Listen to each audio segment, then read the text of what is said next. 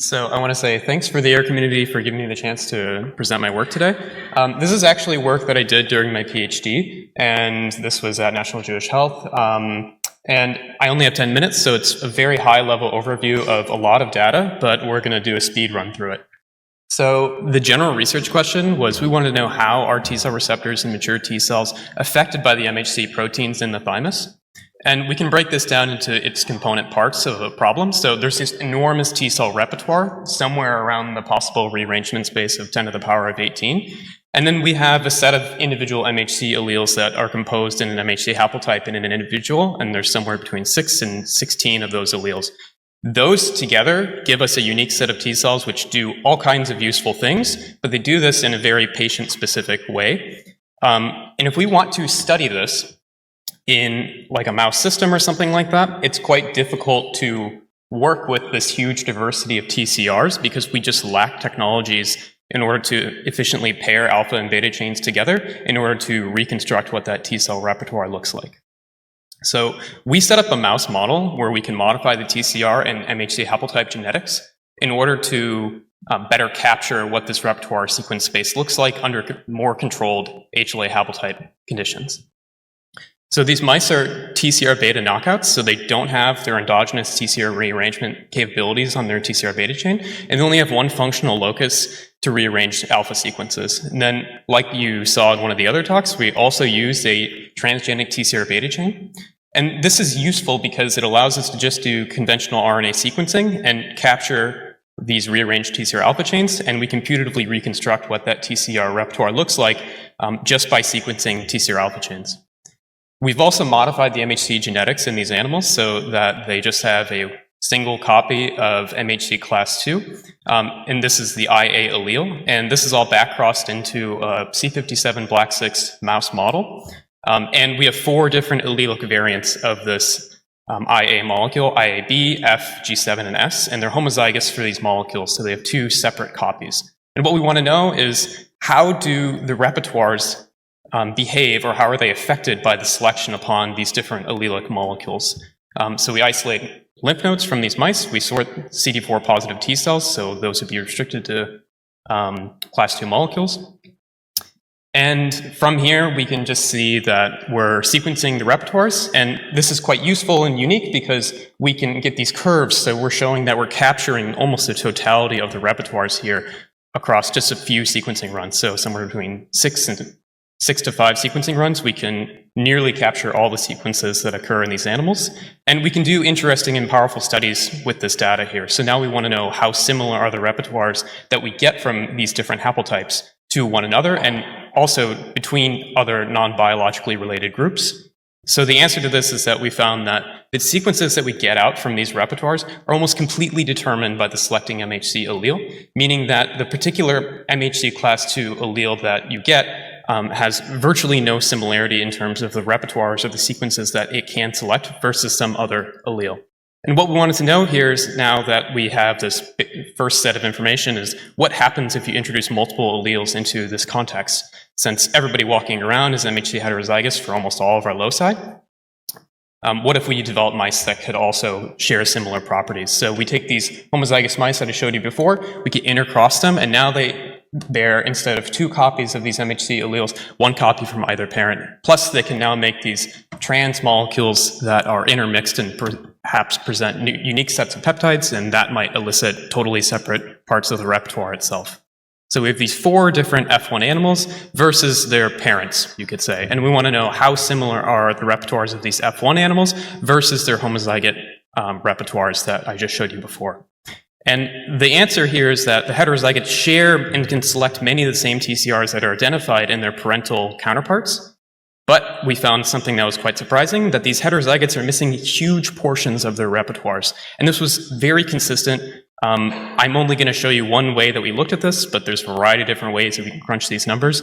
And I just want to point you to this little question mark area that you see in 4 different spots. And this is indicating that there's a gap in what we expect to see in the repertoire. And we can say that there's a gap because genetically these animals, say in green, have the same capability of selecting all the same TCRs that showed up in blue or beige, And yet they consistently have far fewer unique sequences that we get out from these animals relative to what we might expect from adding up the repertoires from both parents or sequencing two animals together.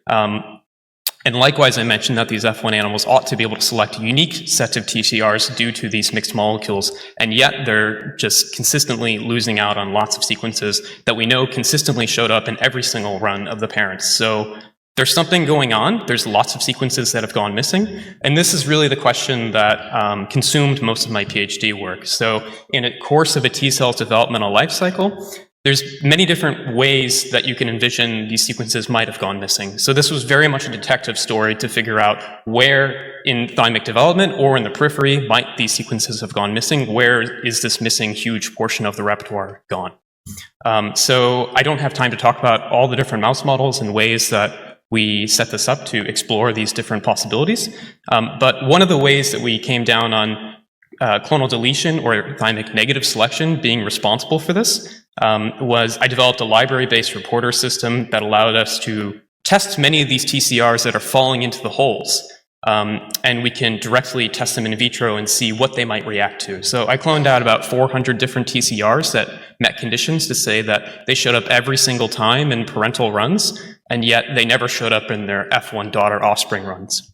I spin-vected these into different avatars or T-cell reporter systems, and then you can challenge these T-cells into different antigen presentation environments to see if you can elicit responses out of these T-cells when they come in contact with an antigen-presenting cell, plus some random self-peptide that just was loaded onto the surface. So if you take a blue TCR that came from the blue repertoire, basically, and you take an antigen-presenting cell in that environment, you don't get any response from that T-cell because it was trained on those self-peptides that could have been presented in that context. However, that T-cell will repeatedly light up under context of these other parent or the F1 antigen-presenting cell environments. So again, there's a lot more to the story, but I just want to say we looked at a lot of different things, and the main point I want to drive home today is this point 6, that we think this work really ties into evolution. And it can tell us that evolution seems to be optimized for TCR diversity or MHC diversity, even at the expense of T-cell diversity, and that this can perhaps explain why we have this enormous repertoire, but we have so few MHC molecules that are present in any individual person. Because if you have too many MHC molecules, this dramatically collapses the possible sequence space of TCR repertoires, and vice versa, if you have too few MHC molecules, you just don't have the capability of presenting useful peptides to T cells, even though that repertoire might be bigger. So I want to say thank you to the AIR community for giving me the chance to talk, as well as my lab members and collaborators who at National Jewish Health, University of Colorado, and also who helped make this work possible. So if you have any questions, I'm happy to hear them.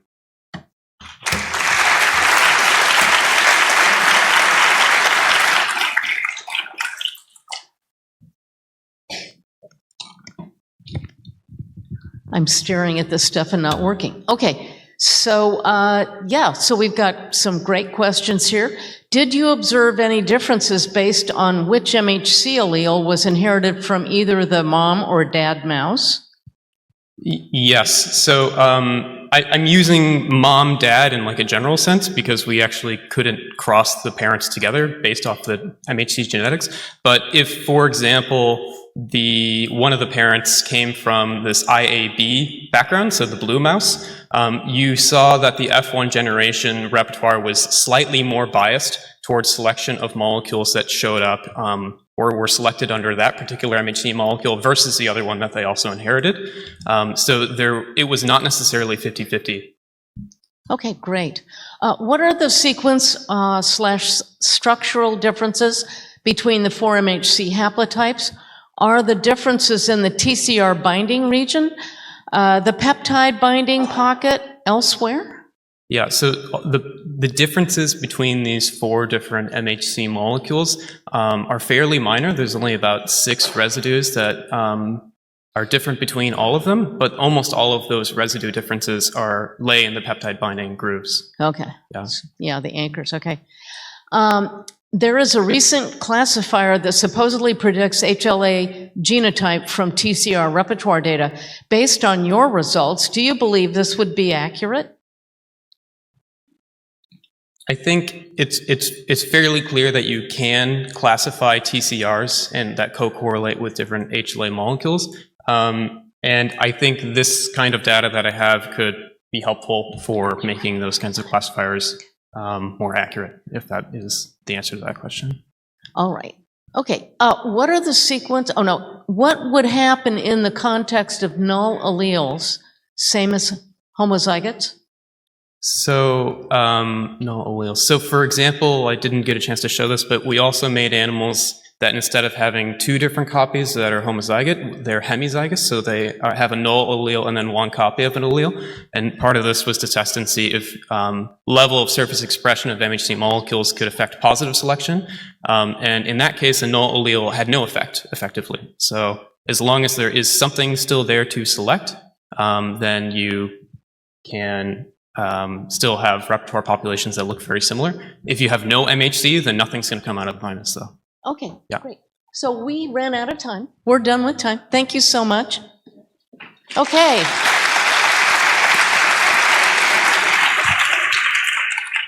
Okay, our next speaker is, that doesn't really seem to help. Our next speaker is Hélène Van Tom, and she's from Sorbonne University.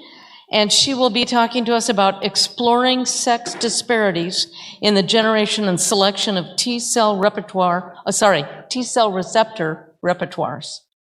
So, if you can, speak into that one as much as you can. Thank you.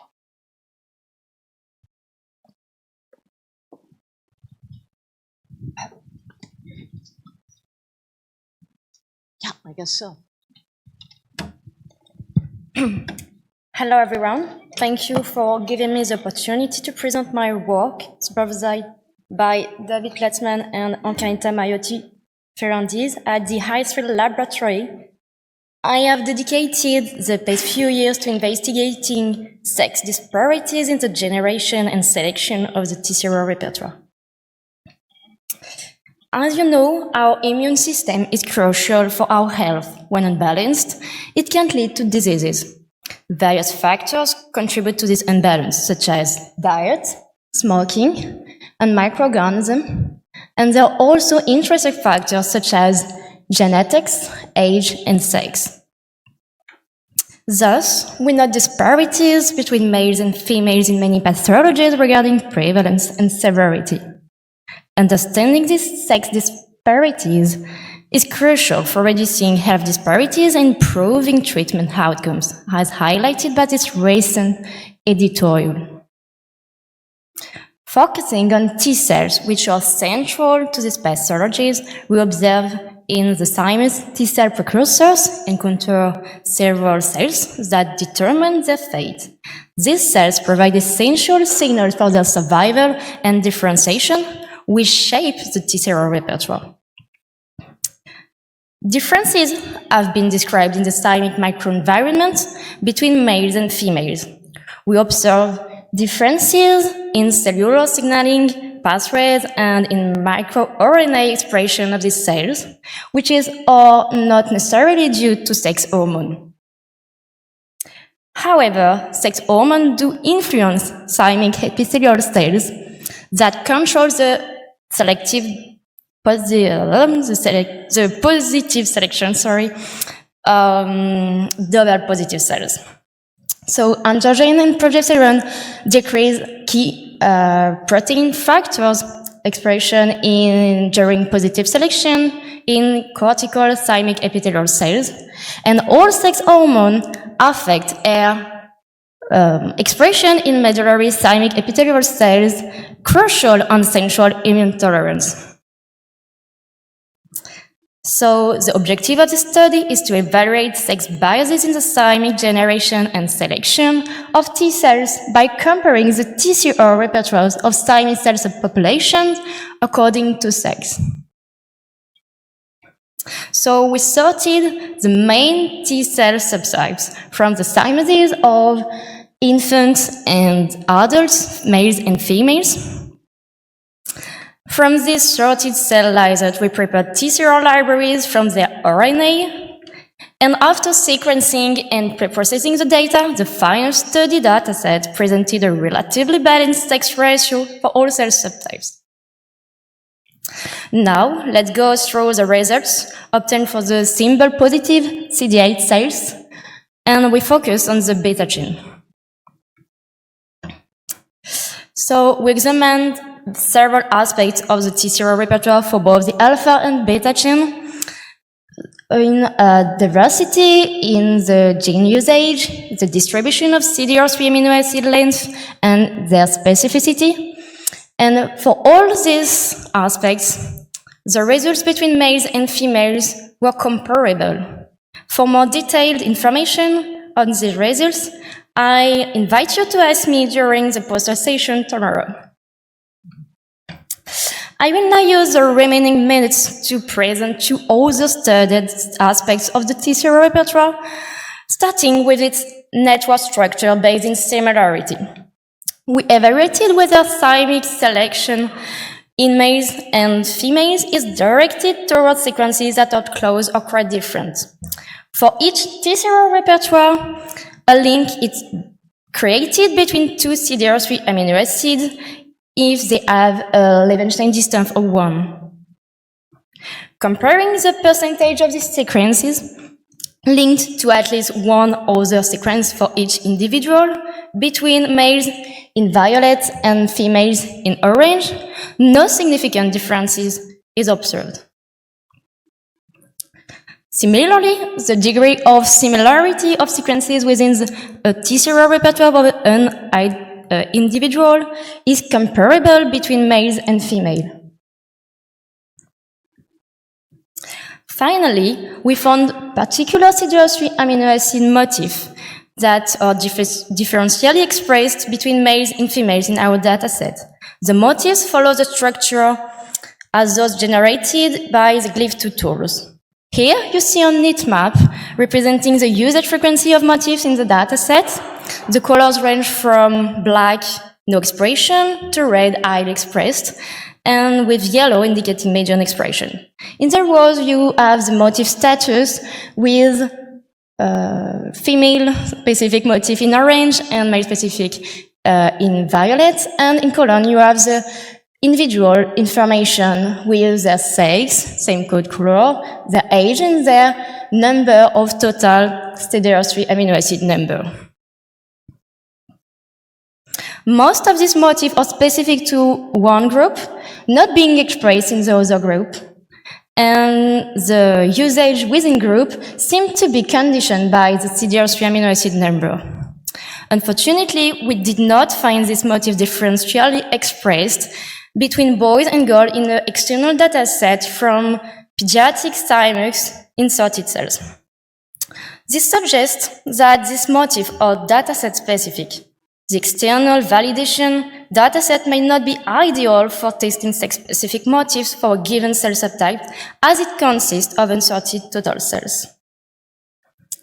To conclude, our analysis on the two TCR chains did not reveal any sex biases in the generation and selection of the thymic TCR repertoire. To go further, integrating factors such as age and HLA tape could increase the sensitivity for detecting differences. Finally, comparing the peripheral TCR repertoires in males and females can help us gain insight into the sex disparities in immune diseases. I would like to thank all my colleagues at the Highfield Laboratory, especially those in the TCR repertoire team, and my thesis supervisor, David and Ankarnita, for their invaluable help and support. Also, thank you all for your attention, and I just want to wish a happy birthday to Paul today.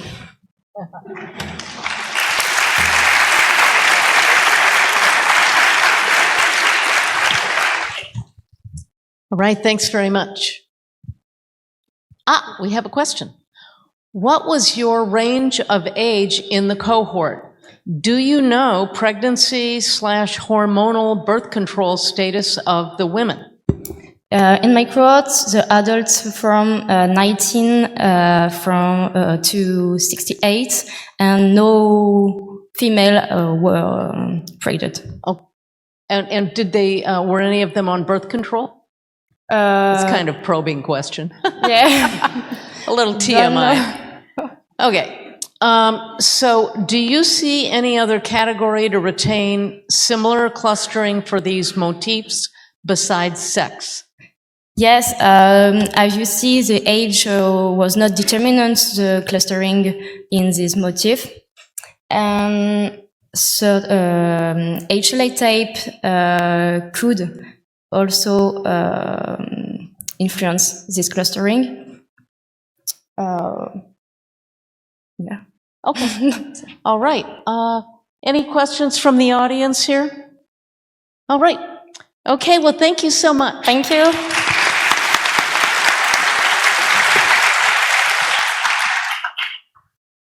And finally, we have Romy van Doren from the University of Antwerp giving our final short talk on unraveling the complex T-cell receptor microbiome interaction network through in the colon through advanced computational analysis.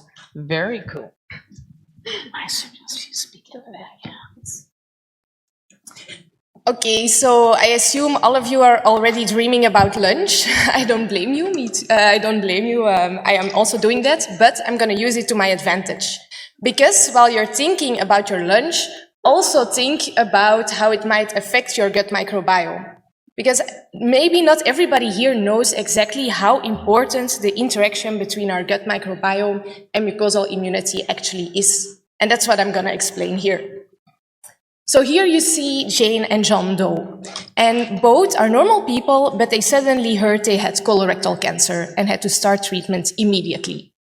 The weird thing is, they had the exact same tumor, same mutation, same location, same size, but Jane is doing really well on the immunotherapy while John's tumor just keeps growing. That's weird. So what if I told you that this, let's be honest, life-changing difference in immunotherapy response is due to their gut microbiome? You might think I'm crazy, maybe I am a little bit, but if I change Jane and John Doe by these mice, it is actually already proven that the gut microbiome has an immense effect on tumor growth and immunotherapy response in colorectal cancer. So that solves, right? No more deaths due to colorectal cancer. Quick and easy PhD. Sadly, no. Last time I checked, colorectal cancer is still the second most deadly cancer worldwide. So my next question, of course, was why? Why are we not using this microbiome to solve and improve the survival rates? Sadly, colorectal cancer also has a very complex ecosystem. And especially the T cells and the gut microbiome are facing severe challenges that prevent us from really getting actionable insights on them so far. One of these challenges, for example, is the diverse, dynamic, and unique nature of both the TCR repertoire and the gut microbiome. Secondly, we are also dealing with both direct and indirect interactions of the microbes and their microbial products with our mucosal immunity. And thirdly, there's also a certain redundancy between the T cell and the microbiome interactions, and all of this makes it really hard to really discover exactly which TCR and which microbe are having either beneficial or harmful effects in the colon. However, luckily, that's where I come into play. Yes, so my name is Romy van Doren. I am a PhD student at the ADREM Data Lab, and I am really focused on unraveling these complex TCR microbiome interactions. And to do this, I developed a novel framework, a novel method that integrates TCR sequencing information, microbiome data, to really give you a comprehensive TCR microbiome interaction network that is tackling the current lack of computational tools to analyze these environments, and it might also provide us with some very needed novel insights in the underlying mechanisms that dictate this microbiome-dependent immune modulation in the colon. And here you can see the pipeline that I developed. It's 5 easy steps The first one is, of course, sample collection. And I was very lucky to work with an extensive cohort of bulk TCR data and 16S RNA data, after which I combined it. I had 74 individuals that had high quality data for both modalities. And this was over 5.6 million unique TCRs and 3,800 unique microbial ASVs. So that was what I started with. And then I clustered the TCR repertoire, firstly to reduce the enormous diversity of this repertoire, but also to allow this method to really look for motif overlap between different patients and between different individuals, instead of only looking at exact TCR overlap. Then I wanted to combine everything together. So I combined the TCR sequencing information, the microbiome, to really get one data set describing this very complex environment within each and every patient. And selected those aspects, those features that were at least present in 5% of my population. So now the actual question, which ones are interacting? If we want to know if the green TCR is interacting with the green microbe, we need to look at whether their abundance is increasing and decreasing simultaneously. So to do this, I performed correlation calculations, I applied statistical testing, and from those results, I selected only the most correlated, most significant interactions, which resulted in one final value describing each possible relation in my dataset. And this resulted in a total of about 5,600 highly correlated TCR microbiome interactions, which I then put into an interactive visual network for further analysis. And here you can see the actual network that was generated with this data. So these are 5,600 interactions. If we zoom in a little bit, you can see how this looks. So it is all the predicted TCR motifs that are linked to a certain bacterium. In this case, for example, I colored the alpha and beta motifs separately, but you can overlay a number of various metadata on top of this network to further explore, for example, patient distribution or clonal expansion. Within the network, we have several highly dense clusters with a lot of TCR motifs predicted per microbial ASV, which you can see here. But we also have several smaller clusters, which are a bit more isolated. For example, you can see here Bifidobacterium bifidum on the top left and Bacteroides vulgatus on the top right. And as it happens, they also are already said to be associated with colorectal cancer, for example. Yet we have not a really good idea how they are doing this or what is happening here. So using this network, for example, really provides a great opportunity to try and figure out what this interaction is doing and how it is doing this. Then, of course, once we have this network, we are now currently finishing up experimental validation already for some of the clusters. Results will be in somewhere this week or next week. Secondly, we are also expanding our Airbus method to include other data sets, for example. So we are working a specific tissue colorectal cancer data set, in inflammatory bowel disease data sets, where we also created this network already. And we want to expand further to also include other mucosal surfaces. However, as we are here and there's a lot of knowledge here, please, if you have any ideas, if you want to talk about the chaos, but also the fun of trying to unravel this mess, and this incredibly complex ecosystem, don't hesitate to come talk to me. I can tell you about all the interesting results we found, the several TCR microbiome interactions that are present in even all three networks. So it's really a very interesting research, and I invite you to come see my poster also tomorrow, or just come talk to me today. And then, of course, I want to thank everybody that made it possible. The Atrem Data Lab, of course, with Chris Laukes and Pieter Meisman, and the immunoinformatics team, I think, which all are here. And then the lab of Benson Ogunjimi and the lab of Sarah Lebeer for the microbiome data. And then I have nothing left except to thank you for your attention. I am going to let you go to lunch after a few questions, possibly, and thank you for letting me speak here.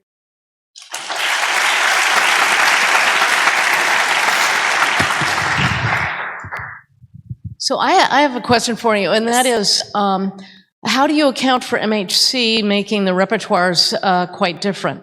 Yes, so that's indeed something, the data we don't have for this cohort. We don't have MHC or HLA data. However, we do plan to make a general map that's of a diverse nature. So, for example, these are only Belgian individuals, but we plan to make a map of as many data as possible to get the different options, the different interactions all on one map. So you can overlay your own data. Wonderful. Okay, and so we have some questions here. Very exciting talk.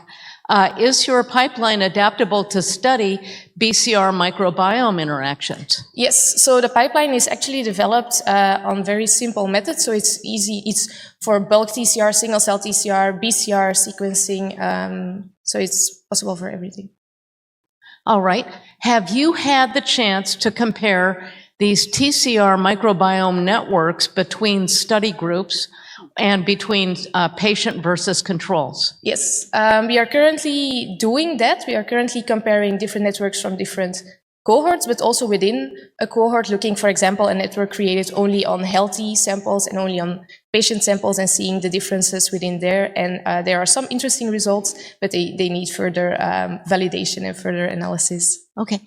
With so many possible interactions, how do you account for false positives?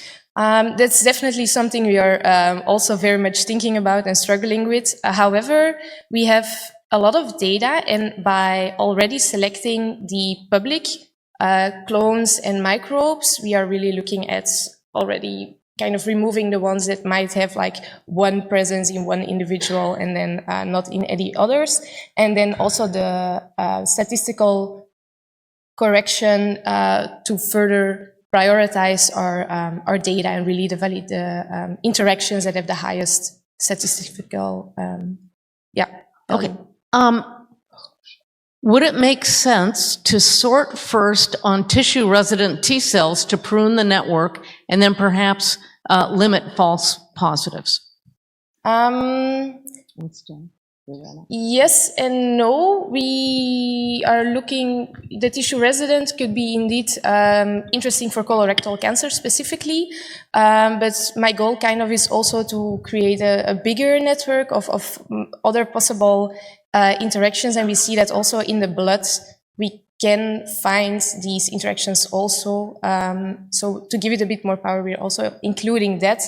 But we do see that in the tissue-specific samples, so from colon tissue specifically, we do see a lot more mast cells, for example, that already help a bit with the interpretation of the interactions. Okay, so thank you. We've run out of time. Yes. It's time for lunch. And I think we have some reminders for you all. And one is remember to vote, please. And thank you.